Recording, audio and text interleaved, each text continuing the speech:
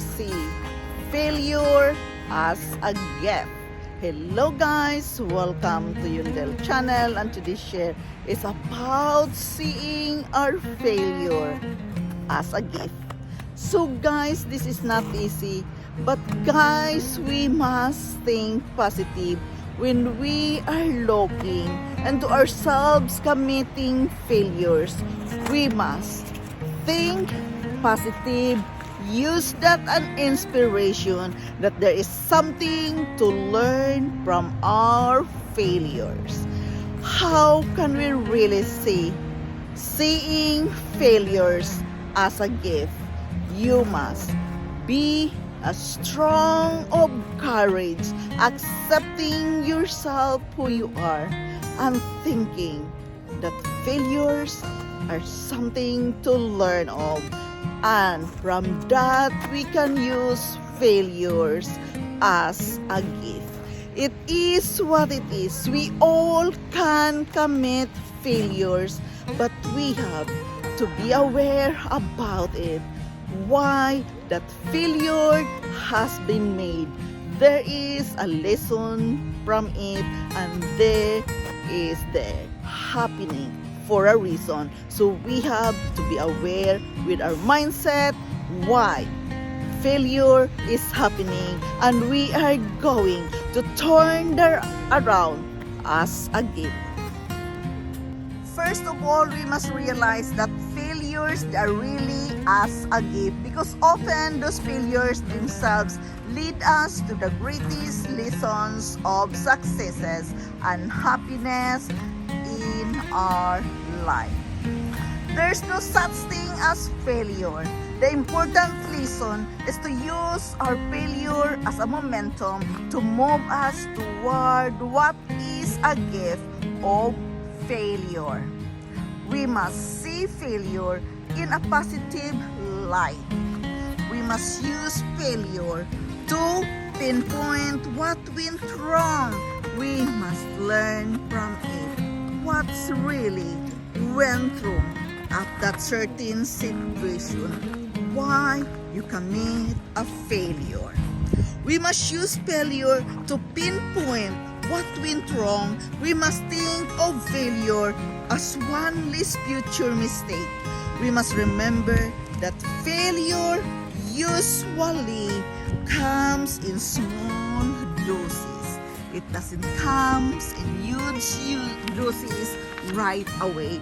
It comes with small doses. We must create a game plan. We must remind ourselves of other times we are overcoming our challenges.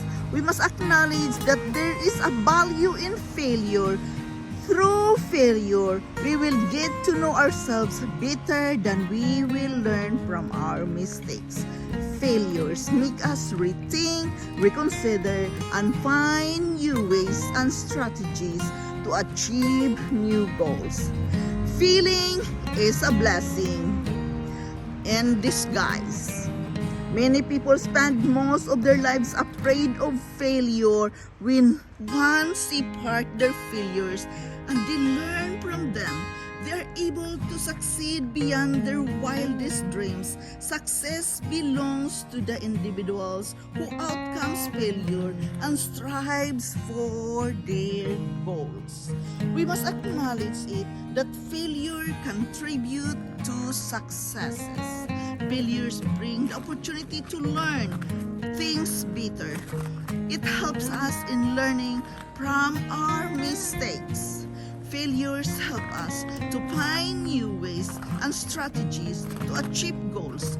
Failure help us in gaining deeper experiences and better knowledge that widens our ways of growth. How can we see really failure as a gift? By acknowledging that failure is more important than successes. Failure is important. It gives us the reality to check, which reminds us what we do not have control over everything. It teaches us the value of everything. Realize after having lost a loved one, for example, we value them more and realize how much they meant to us and what they did for us.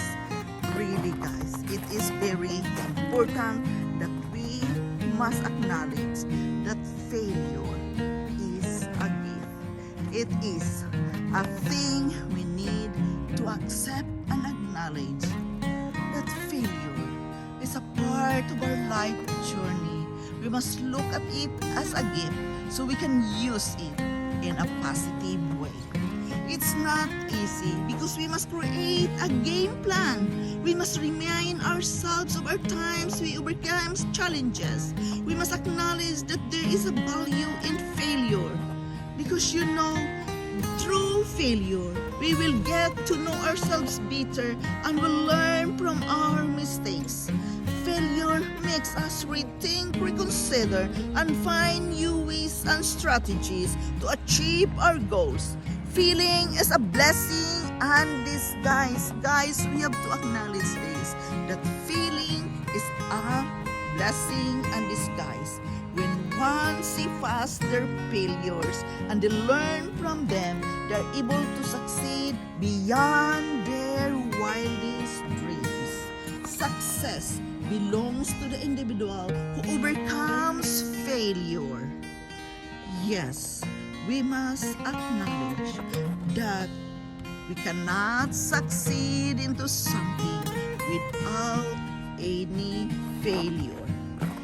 We must acknowledge that failure always contribute to our success. Why? Because we learn from that. We build up our future from the failures we've been experiencing in our life. We learn from it. It is a kind of experience we face in our life. Failure is a part of our life journey in order to reach the goals and successes of our life.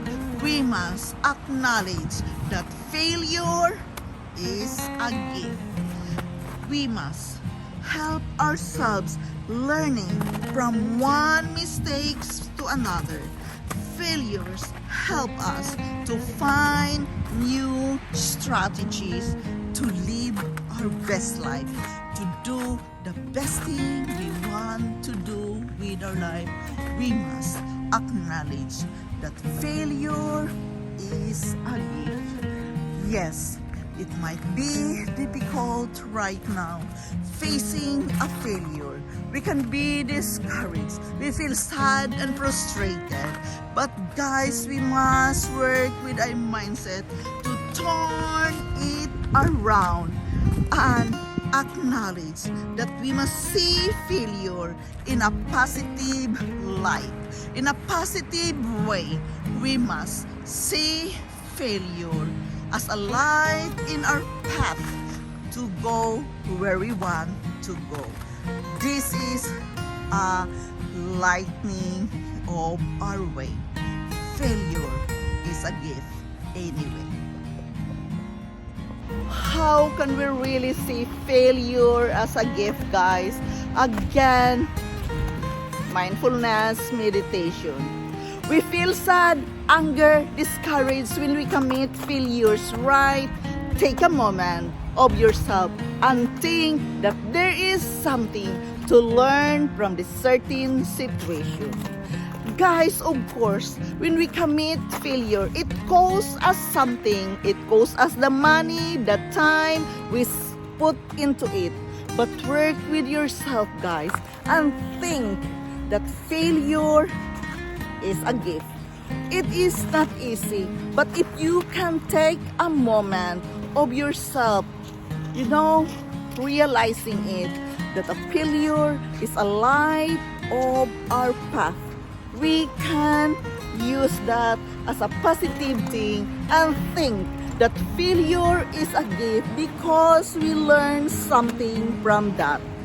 We must always use failure as a light in our daily path in this life journey.